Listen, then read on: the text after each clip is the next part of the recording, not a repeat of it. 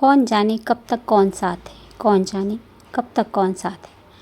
अगले सेकंड का पता नहीं, गॉड की क्या मर्जी, कब तक का दुनिया में टिकट हमारे पास है। एक प्लेन क्रैश में सफ़र कर रहे अलग अलग सपने वाले लोग, जिंदगी एक ही पल में बदल जाती है। उड़ान थी सपनों की, 7 मई की सुबह थी, मौसम साफ था। सूरज की पहली किरणें बादलों से झांक रही थीं। दिल्ली एयरपोर्ट पर भीड़ सामान्य थी। एक खास उड़ान फ़्लाइट 7D430 मुंबई के लिए रवाना होने वाली थी। इस फ्लाइट में 132 लोग सवार थे। हर चेहरा अपने आप में एक कहानी था। कोई अपने सपनों की ओर जा रहा था, कोई अपनों से मिलने, कोई ज़िंदगी की नई शुरुआत करने।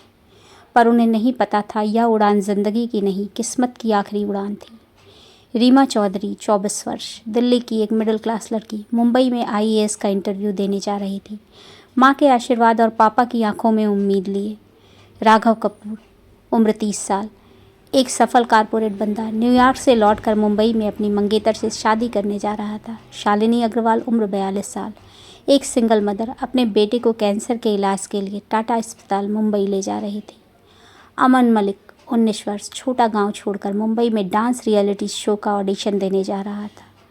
1200 रुपये जेब में और लाखों सपने। कैप्टन अर्जुन नायर, 45 साल, उड़ान के अनुभवी पायलट, 25 साल की सेवा, हर फ्लाइट को अपना मानने वाले। उड़ान से पहले रीमा ने मम्मी के पैर छुए और कहा, इंटरव्यू अच्छा गया तो आप सबको मुंबई बुला लूँगी, बस दुआ कीजिए। राघव ने अपने दोस्तों को व्हाट्सएप पर लिखा, सी शेड यस, मिलते हैं शादी में। शालिनी ने अपने बेटे आरव को गले लगाया, मुंबई में डॉक्टर अंकल से मिलेंगे, फिर तुम भाग दौड़ करोगे बेटा। अमन एयरपोर्ट की दीवार पर झुककर ईश्वर से बोला, बस एक मौका दे दो भगवान, मैं दुनिया को दिखा दूंगा।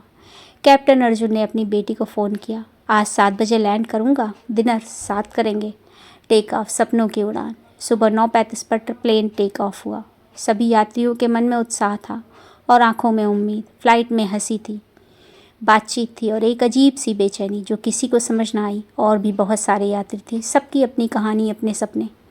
20 मिनट बाद प्लेन बादलों के बीच से गुजरा। अमन खिड़की से बाहर देखकर मुस्कुराया, सपने बादलों के पार होते हैं, अब मैं भी उड़ रहा हूँ। रीमा चुपचाप भगवान का नाम ले रही थी।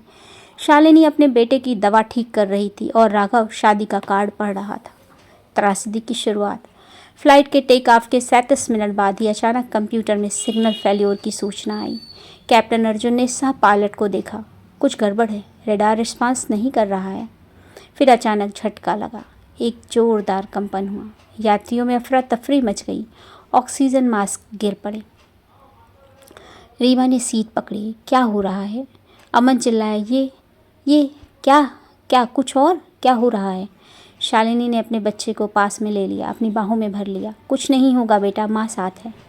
कैप्टन अर्जुन ने लास्ट कॉल दी, mayday mayday, engine failure, losing altitude, crash. 9:56 सुबह के। फ़्लाइट 7D430 महाराष्ट्र के सतारा ज़िले के जंगलों में क्रैश हो गई। कुछ ही सेकंड और सब कुछ खत्म। धुआं, चीखें और फिर खामोशी, मौत की खामोशी।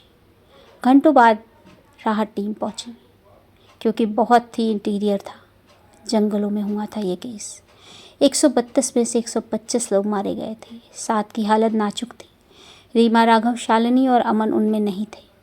रीमा का बैग मिला जिसमें माँ की चिट्ठी और एक फ़ोटो थी, बेटी ये सपना तेरा नहीं हमारा है, लौट कर आना बेटा। राघव की उंगली में सगाई की अंगूठी थी, उसकी मंगेतर एयरपोर्ट पर इंतज़ार करती रही। शालिनी की मुट्ठी में बेटे का खिलौना दबा था, आरव उसके साथ ही गया। अमन की जेब में एक चिट्ठी, अगर मैं जीत गया तो डांस सिखाऊंगा। पीछे छूट गए लोग। रीमा की माँ, मेरी बेटी IAS बन जाती, पर भगवान को शायद ज़्यादा ज़रूरत थी। राघव की मंगेतर, वो वादा करके गया था पर ज़िंदगी ने निभाने का मौका नहीं दिया। शालिनी के पति जो मुंबई में इंतज़ार कर रहे थे। एक माँ अपने बेटे को बचाते हुए चली गई। दुखद। अमन का छोटा भाई, भैया ने कहा था मुंबई से ट्रॉफी ला कर दूंगा, अब मैं हर शाम आसमान में उन्हें नाचते देखता हूँ। जीवन का सत्य, हम सोचते हैं हमारे पास बहुत समय है, और कौन जाने कब तक कौन साथ है। अगले सेकंड का कोई भरोसा नहीं। इस घटना ने पूरे देश को हिला दिया। टीवी, अखबार, सोशल मीडिया, सब जगह एक ही सवाल, सपनों के साथ ऐसा क्यों? आखिर ऐसा हुआ ही क्यों? क्या फ़्लाइट को चलने से पहले चेक नहीं किया गया था? आखिर क्यों? आखिर हुआ ही ऐसा क्यों? 7 दिन बाद श्रद्धांजलि समारोह। एयरपोर्ट पर एक दीवार बनाई गई, ड्रीम इन द स्काई, जहाँ लोग मोमबत्तियाँ जलाकर अपने प्रियजनों को याद करते हैं। किसी ने लिखा, वो गए पर सपनों की उड़ान यहीं थमी नहीं, हम उनके अधूरे सपने पूरे करेंगे। अंत में इस कहानी में कोई विलन नहीं था, ना ही कोई साजिश, ना ही कोई लड़ाई। बस ज़िंदगी ने दिखा दिया कि टिकट की मियाद कब तक है, ये ईश्वर जानता है। हर दिन आखिरी हो सकता है, इसीलिए जी लो जैसे आखिरी हो। प्यार कर लो, माफ़ कर दो, कह दो जो कहना है, क्योंकि कौन जाने कब तक कौन साथ है। अंतिम शब्द। वो सब गए थे अपने अपने सपनों की तरफ, पर ऊपर किसी और ने तय कर दिया था, अब तुम्हारा समय पूरा हुआ। उनके लिए दुआ कीजिए और अपने को आज पूरी तरह जिए।